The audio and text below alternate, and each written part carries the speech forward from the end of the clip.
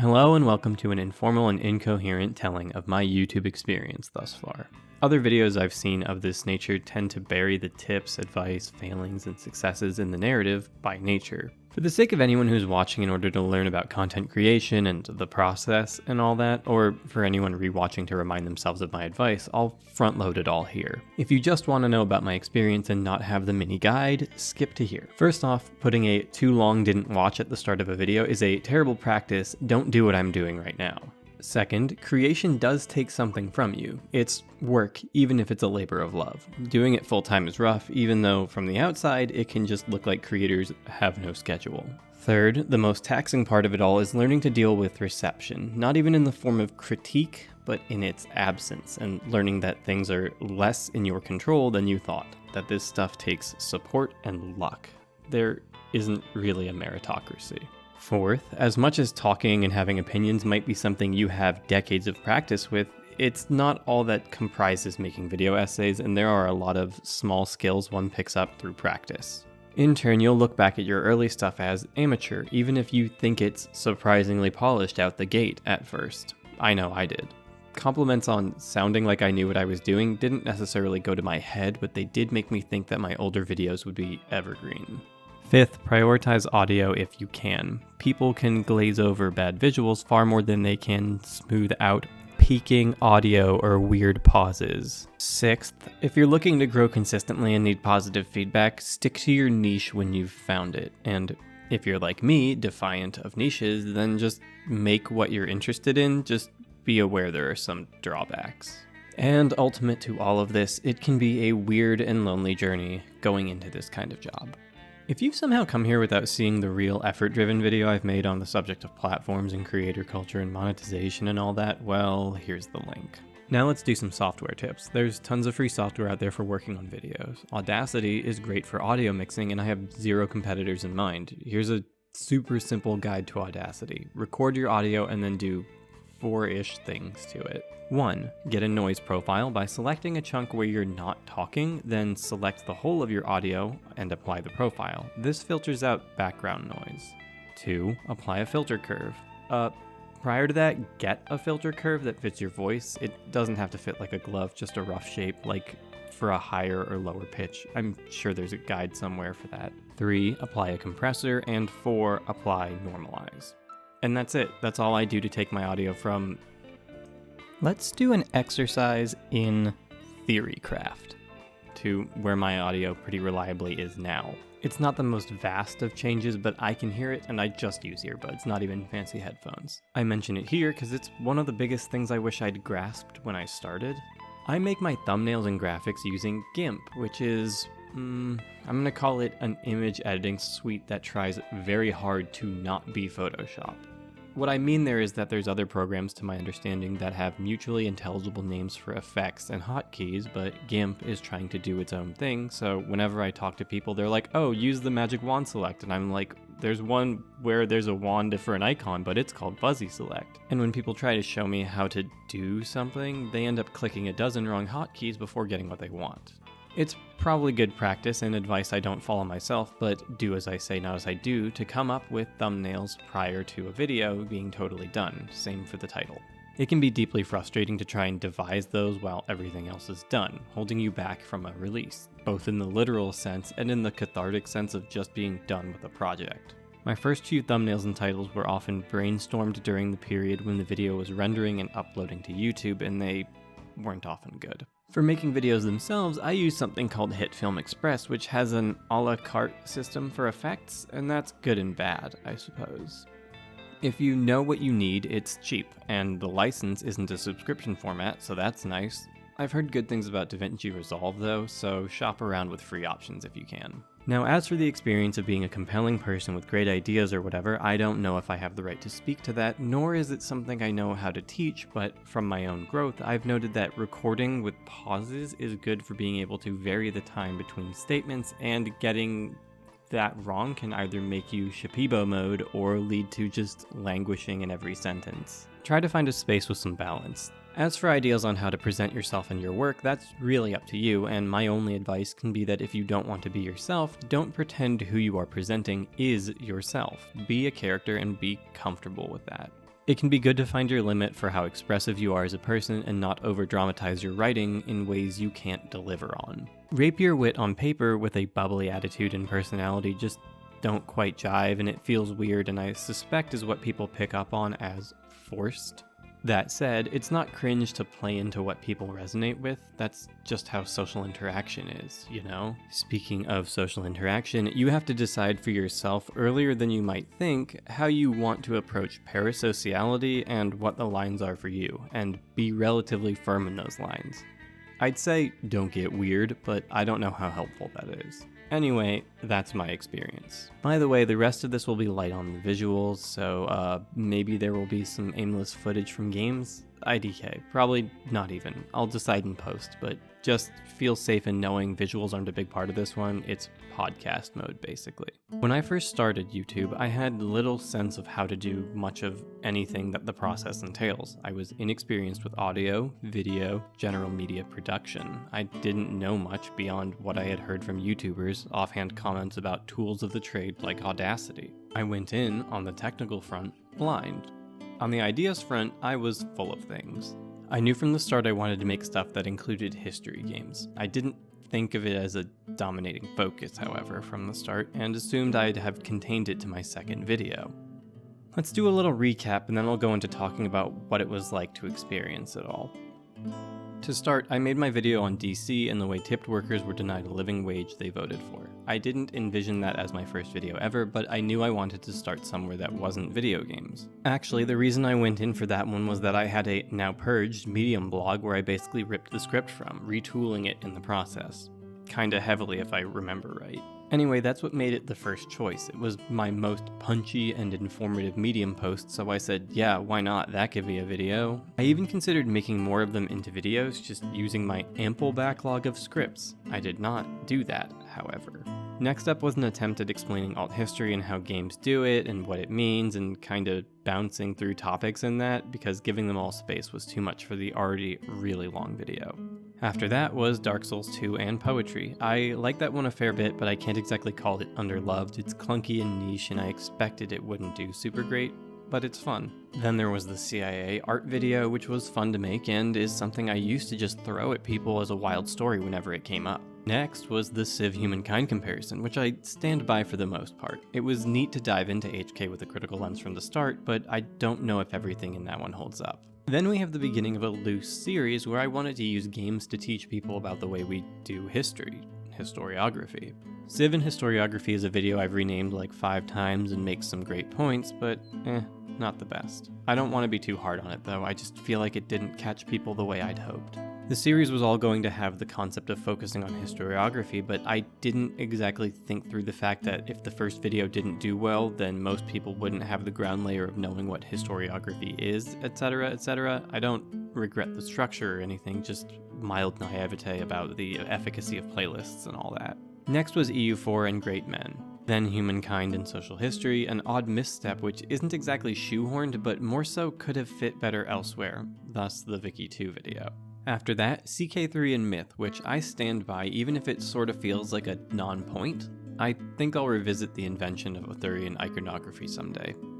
Then a detour to an April Fool's video that required having seen my Dark Souls 2 video for the joke to make sense, which, minor advice, what I was doing here was basically trying to do something bigger channels get to do, having known a bit and playing it without having earned the audience, and a silly thing to do. Okay, and then the aforementioned Vicky 2 and Social History bonus thing, which I call bonus because it wasn't a pre-mapped episode in the series I mapped out, as though that conceit matters. Then we have a genuine meme video that I made purely because it was fun with the Elden Ring lore video. I still think it's funny, bad though it also is. Back to the series with Imperator Rome, and this is where I think I started actually grasping how to make these things in terms of stuff like pace. I also got bolder with jokes, visual and verbal. Personality, if you will. Possibly as a residual effect of trying to be funny with the lore video before that. Next up is the video on the use of the name Byzantine, which I think is good. It's also my first video with background music, so that's cool. I partly did it out of inspiration after the IR and CK vids, and partly because I wanted to remind everyone that this isn't just a map game channel, which I guess the Elden Ring video didn't do enough to reinforce in my mind, joke as it was. Then there was Civ and Glub, the first video I really felt coalesced music, humor, timing, and a point. Shame it happened halfway through the series. Next was my one breakout hit that's near 300k now, which is an average of like 290k views more than any other video, Spangler and Vic 3. The short of why it was a hit is less that YouTube took a liking to it especially, and more that it just managed to fill a search niche for a super long time, topping searches for Victoria 3 for months. I can tell that's what drove it to success because once the game itself came out and content really started coming out for the game, the views on that one dried up big time. That's also the video where I got monetized and started making money and kinda decided to keep taking things seriously. I had less than 400 subs when I posted it, and within a week I think I was at 1,400. It was by far the largest source of growth for me, for better or worse. We'll get to that later. After that was Fukuyama and Civ, which I had fun making, and it got some coattails traction from Vic 3. And then I made a big mistake, apparently, and posted a 1K Q&A, which, because the algorithm can't tell content apart, it showed the video to tons of people and got few clicks. It thus decided that the video performed very poorly and deprioritized me broadly, and I got to watch in real time as the views on the Fukuyama vid just dried up. This is the source of like half my algo paranoia. Anyway, that's a tangent. After that was the first video I made where I got a review copy, Stellaris and Narrative. And while it may sound like a sellout moment or whatever, it was on something I'd hoped to mention anyway, kind of an addendum to the discussion of alt history all the way back in the second video. While the History series ended one video prior, Stellaris marked the departure from video games for a while. Entirely planned, by the way. It wasn't a reaction to how the video did middlingly. I tend to make things I want to make. Wild, I know. Anyway, from there we get to Theosophy, which was interesting to make, but also something that I think could have done with a reframing. You might notice I've renamed that one like 3 or 4 times, and I just don't know how to market it, but I think it's good even if the audio gets weird sometimes. I really lack business sense, or I would have made some media tie-in that isn't just my admittedly lame attempts to draw in Twin Peaks nerds with the title and thumb that exists now, based on a very small part of the video. And then the turf video, which honestly is to this day the main video I ever want to show people, including people I know in real life. I mean, the DC one was made with the idea in mind too of being like something people should know about and not a niche topic per se, but it was a first video, you know, embarrassing in its own ways. I put myself into all my videos for sure, but the turf one was something else for a lot of reasons. It was my first collab, and one with Mia Mulder, a YouTuber I respected a great deal even before I made content. It was also the first time I had to really worry about running afoul the algorithm due to content censors, so I was kind of wrought about that. Anyway, that's my ideal submission for like the non-existent YouTube video essay Oscars or whatever. After that, I was planning to do the Fable 3 video, and boy did that take a while to come together. But there was a fun detour. Noah and Tara released their video on Spheria, and watching it was like that scene in Death Note where Light touches the piece of the Death Note in his watch and gets a Jimmy Neutron brain blast full of memories. From the moment I heard that guy's smug little laugh, I knew I had to share my experience. After watching the video, I decided to make my own video instead of just like tweet to 13 people. Oh, at some point I started doing Twitter for really, and that was cool. TBH, super important for the sake of like collaborating and feeling like I was part of YouTube spaces. It's literally how the Mia collab even happened. Back to the Fable video. A fun one to make on one level, but also a lot of work for what it was. I recorded the whole of Fable 3 because the game doesn't have save slots and I wanted footage without playing it 3 times. I still haven't uploaded all that yet to my like 9 subscribers on the alt channel. Maybe I should just do that and then turn the alt channel into a thing where I store unhinged rants like Big Joel or B-sides like FD and Noah Samson are doing. Okay, after that was the Tollbooth Kingdom, How Britain Privatized Migration, and boy was that a long title. It'll be changed. Tollbooth Kingdom is in the thumbnail anyway, and by the guru rules, there's no need to repeat. Now this is where I got to play Vic 3 and make videos about it. The first was a follow-up of the Spangler one, the second was a revamp of the historiography series, which I intend to continue into the new year, mostly without relying on the old series and hopefully not remaking much of it. The next up is the Sovietology video, and then maybe the Historikerstreit or something, I don't know, no promises. And then we come to the latest video, We're All Monetized, which this video is companion to. And that's the year, more or less. A little short, if I'm honest. I know my pace has changed over time for a whole host of reasons, ranging from life stuff to quality to changes in process and all that. I try to do more than just a monthly release, but I don't push it. As it stands, I have what I'd call my idiot cycle in place most of the time. I'm not great at taking breaks. And I'm not just saying that for pity or to reinforce that I do this as a job. At some point I saw a Mandalore Gaming Q&A where he went over stuff about Patreon and his fear of using it, and while most of his advice is super solid, the bit where he mentioned Patreon vampires and creators who have become lazy once they get paid routinely has stuck in my head, and not in a good way, just in a way that creates fear over that perception.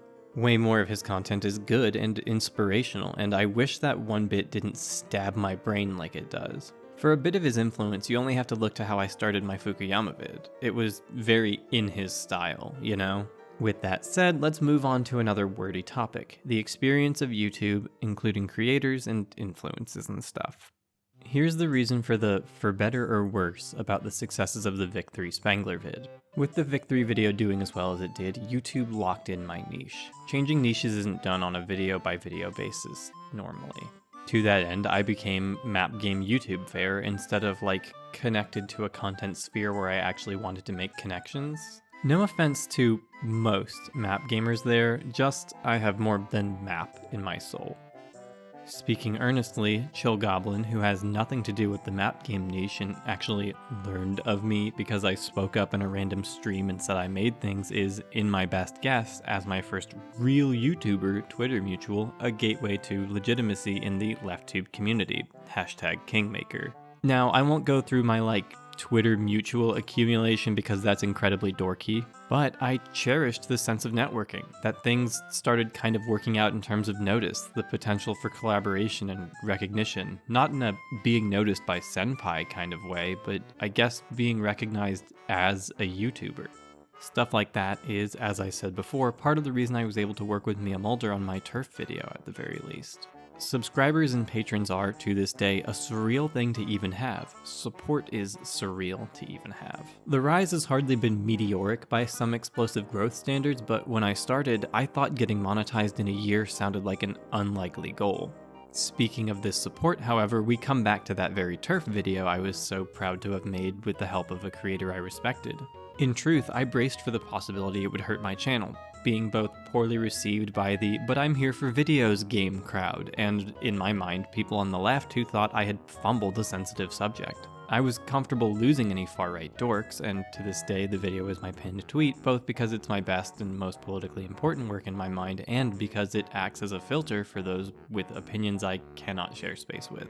But I worried it could kill the channel. Regardless of my moral grandstanding just there, some part of me did fear the pragmatic issue that I would ultimately be confusing the algorithm too much. Truth be told, that would be the case no matter what, it seems. I've joked before about confounding Social Blade, a site used to look at creator progress, but in practice, this is likely not the best sign. With the turf video, or really with any video I have that isn't map game, there's the possibility YouTube will never know who to show it to or be trained into the right audience. Let's back up a little so I can explain. YouTube's algorithm divides things into audiences and then shows those audiences to your video, not the other way around. Like driving themed buses past a billboard. My topics are broad, and this has in some ways meant short-term growth as I grab some people from a few different niches. But there are downsides. Looking at my metrics, which are skewed by the heavy hitter that is decline, almost all my other channels your viewers watch are still map game people. Sometimes history people a little. There's a difficult part of this for me, which is that while I don't devalue the Paradox people at all, nor do I mean to diminish their support, I find myself worrying about the percentages, so to speak. It warms my heart to see some people say they came for the map game and stayed for the everything else. I am perhaps unreasonably concerned with getting pigeonholed, in part because of the way people describe the algorithm and channel death, etc., but also in part because I dislike the idea of people showing up with false pretense. Even if it flat out won't happen, I fear making some video on a non-Paradox topic, and that being the moment where 1,000 people go, "Oh, this channel isn't what I thought it was, I'm gone." Not even for my politics, but simply because YouTube is designed to be a niched space. People, I think, expect creators to have a singular thing. This in turn has made me worry about an adjacent issue. When I look at other creators in leftist spaces, I see them and their viewers that show up and think, okay, yeah, these people are here for that kind of content. And I wonder if I'm somehow a paper tiger of sorts. That most of so many of my views and subs come from a double niche of history game critique that I don't have the right audience for near half my work. This is a minor tangent, but it's also something I think demonstrates the audience thing. A few months ago, YouTuber and punished Twitterer Noah Samson did an informal poll about gender stats, asking creators to share their viewer watch data. I can't get screenshots of the tweets because Noah was put in jail for credibly threatening to delete the US Gold Reserve. What I noted in this was that where other creators in the left space had some manner of balance between male and female viewers and a bit of user-specified representation, I do not. Now this is where the tangent kicks in. I remember offhandedly looking at those stats all the way back when I was getting like 30 views, some from female friends I knew in real life, saying an unambiguous 100% male audience. Back then I had some thoughts about it, but I wasn't super confident in them. The gist was I assumed some women weren't identifying themselves online, and my friends happened to have done so. I knew that was a thing from chatting with friends about the kinds of ads they got online, and some women saying they literally removed their gender on Facebook because they were sick of targeted ads. Now, there are more reasons women might opt to not self-identify on the internet, but that's beyond the scope. The point is that it happens. It wasn't until this thread that it clicked for me. I went to check where YouTube even allows gender identification, where they might be getting this data from. It wasn't even in YouTube's interface, it's linked to the Google account itself. You'll notice there's no bar on this graph labeled not specified. These stats are made partly less credible in presuming that the specified and unspecified groups would be of the same ratios and makeup, that there's no reason for deviation in the unspecified category. All this to say, the fault in stat collection alone isn't enough to skew my stats. I know I have a large male audience, and while I also know there are definitely women who play Paradox games, there's a slant. In turn, my assumption is that I don't have the same crowd as the people I watch and tend to interact with. But on the other end, I also know I can't ever just expect to fit into the Paradox creator community neatly. I might be around it, allowed into the chat, but I'm not clean. I do other content. I get explicitly political. I've said things further left than just trans rights. I'm probably not likely to be acknowledged by Paradox anytime, and I'm frankly comfortable with that. It just puts me in a bit of an odd middle space. In the other video, I mentioned HBomberGuy having the luxury to skirt conventions, to be a generalist with subjects, to make thumbnails that announce him but don't follow best practice. In some ways, I covet that freedom, I suppose. I don't mean to compare myself to him in specific, we have different vibes and personalities, but personality is an important bit. What effectively happens with channels is they become known enough where they are their own niche. The personality is the niche. HBomberGuy can make a video that isn't about Dark Souls 2 and people will love it, watch it, and won't just comment, this isn't about Dark Souls 2. I don't know if that concern has ever really borne out for me, but it's there. I sometimes feel I'm trying to brute force my freedom to refuse to play the game, to refuse to be half a decade and 200,000 subscribers in before pivoting my content from some niche to myself as the niche. Some might call it a failing that, to this day, I have to hem and haw my way through describing my channel. Suggestions below, I guess, for how to ever be succinct when someone asks the YouTube equivalent of, so what do you do? There's this part of me that is very aware of the metrics, and as I mentioned in the other video, the folk practices are hard to sort into valid and absurd.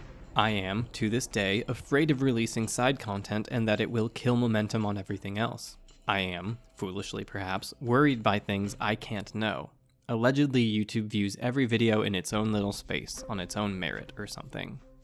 But then it also tells us when things underperform. My best grasp at present for how the algorithm decides to push things is that it is indeed informed by prior performance, but also informed by the ratio of subscribers who view it. That would mean that there are effectively bad subscribers to have somehow, or to put it another way, that getting subs from other niches than your core, or indeed having no niche, means lower view ratios, inactive subs, etc. If that's the case, then YouTube is constantly reinforcing niche. Number go up, visibility go up, sure, but there are videos I've made that have done worse with a bigger audience, you know? Now, I admit it's impossible to control for these things, to make the case that the one deciding factor is appeal to who the audience is, but I don't know. It's a little absurd to me that YouTube reinforces side channels so hard with this type of thing. All this to say, I don't want something as absurd as a fear of the possibility of the chance that YouTube doesn't like deadweight subscribers to inform the content I make. But at the same time, it's almost terrifying to think that I could be doomed to being in that middle space where I want to take this all seriously, but I can't really make it sustainable. Despite that, I don't think I'd have ever done it very differently for two reasons. One is that I'm not good at playing the game. When I did poorly in high school despite high test scores, my father, as well as some teachers, would take me aside to tell me to play the game, to do homework and assignments that felt like a waste to me. Looking back, it was bold of me to assume I knew what good there was in what was to be taught and judge it. But I also think given how some teachers kind of gave me these talks, they knew it was a system failing me as much as it was my unwillingness to play along. The other reason is one of support. The most memorable example of this is a small Twitter exchange I had with Big Joel where I simply expressed my worry that I would languish forever because I was broad and following interests more than topics. He told me not to worry so much, and even though I think survivorship bias, so to speak, applies to the advice here and its advisor, I still took comfort in that. Even knowing it was silly to put undue weight on the words of just some guy with a channel I liked, it was encouraging at a time of doubt. Later, thanks to Mr. Kingmaker again, Chill Goblin, I helped with a video that had a lot of other collaborators, and I think that lent me more credibility in the space again. It feels dorky to say that I felt recognized in the space here again, but it's true.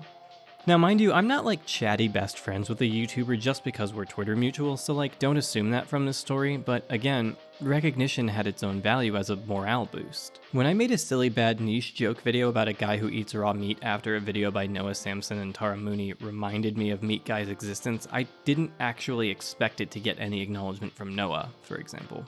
And it's not, sorry Noah, like it made my life that it was acknowledged, but it did feel like I was in some way part of a community of sorts with that. The coworkers thing felt a little real again. I don't know, maybe this earnest sentimentality thing feels deeply, deeply cringe to witness, but if people want to avoid cringe, there's a timestamp I can put up. I've felt being betwixt spaces with gamer content amid my leftist portfolio that I could easily be dismissed on both sides. It says something that when I make a new video and it's about a game, I don't expect most creators I have some working relationship with to show up. It's nerd shit outside their niche, just like how at the very start of my whole YouTube career, I wouldn't dare expect my friends to watch my second video because it involved a game that they didn't play. I didn't even announce the game ones to people I actually knew, not because I'm like, oh no, they'll think I'm a nerd, but because I didn't want to tempt people towards pretending they had to care. In the end, there are people I owe this channel to who do not register that I exist. There are people who have supported me without saying a word. There are communities formed and implicit that have lifted my work and my spirit. Earlier, I mentioned personality. I don't think I'm lacking in confidence over having a personality or a distinct one at that. I'm less confident that my expression, complicated further by my presentation without literal screen presence, could ever be evocative or charming. I suppose that creates another distance from other creators. I am intangible to even them, and it's maybe weird to be coworkers with an abstract JPEG. So I guess the question becomes, why not overcome it? Why not be on screen? Financials like buying a camera and technical proficiency aside, if I did do it, I'd want to do it well, and that's a deep internal barrier. Where voice had that thing of just passively getting used to it and comfortable with it in a way most people don't have to, of hearing yourself in more than just candid videos played back to you on a Razr phone in 10th grade or whatever, recording and presence has something else. Something almost ontological. I know that's a pretentious word to reach for, but it feels correct. Ontology is a philosophy of being. This is not an invitation for pedants to say, well truly, as a person who is presenting a curated representation of themselves in their art and then commodified, there is no being going on here, only presenting, representing, and symbols. It's something else. To me, to my view of the situation, to become present in that way, in that medium, is to, on a new frontier, be. I cannot unbe. To put it in other terms, once I become tangible, I stay tangible. Even if it's once, for one video, and even if it got deleted, this is the internet.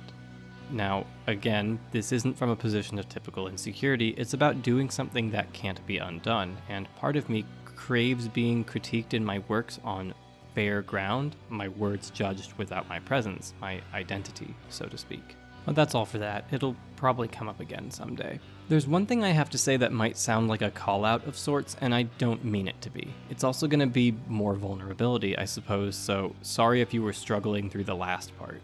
I don't know how to take some forms of support in this environment, forms of support fostered by this environment. When someone tells me they watched a video and engaged with the thoughts, I'm glad. When someone tells me they left it on for their dog when they left the house to support me, it should make me feel supported, but it kind of doesn't. This manner of engagement it's hard to pin down. On some level, it's very necessary and kind. Stuff like that helps fight the algorithm. It helps materially, but it also embraces that monetized culture. I'm not advocating that work goes unpaid just because I call it art, or that there's some magical purity to approaching work as art. I guess that kind of support reminds me a bit too much of the unconditional support of a parent holding a dinosaur finger painting, and in turn, that kind of support troubles me.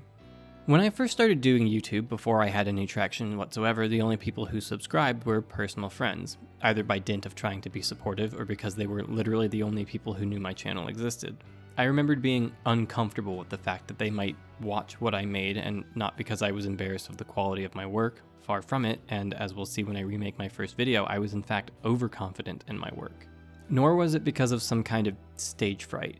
It was down to this same feeling, not quite pity watching, but an unconditional support, watching content that is miles away from what they'd normally consume. It's more just a means of trying to thrive and uplift within a monetization culture and how it intersects with something intrinsic to me personally.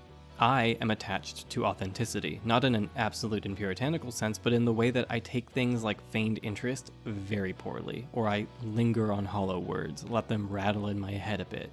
I have a hard time letting certain pleasantries go.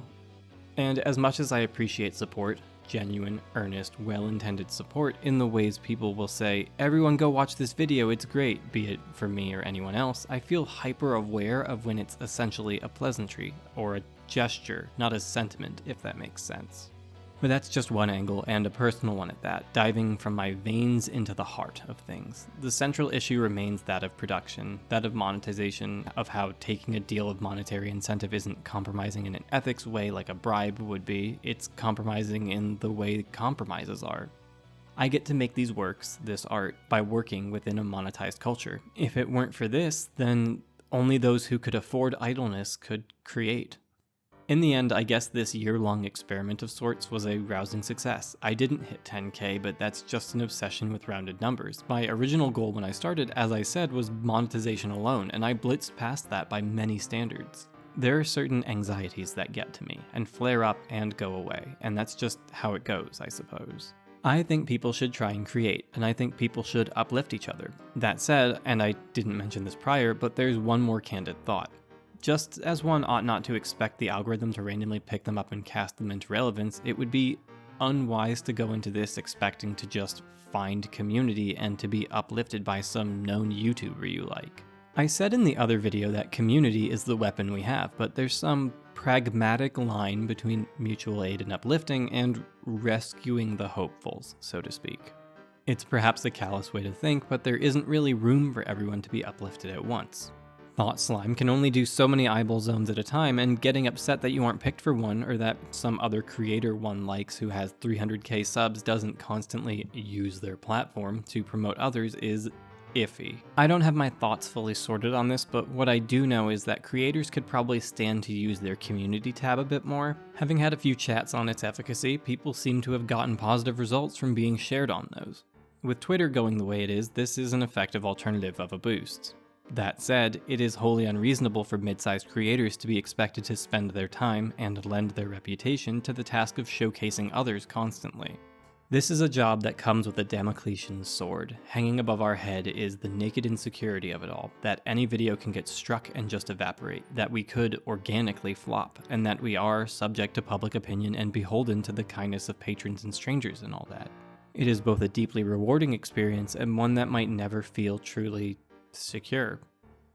Oh well, it's been fun meeting new people and having quasi-coworkers and sharing thoughts and making weird memes and learning new skills and all that. Presumably that will all stay true, at least until I get cancelled for being a less eloquent contrarian than Joseph Anderson or something. Something, I'm bad at outros, something, bye.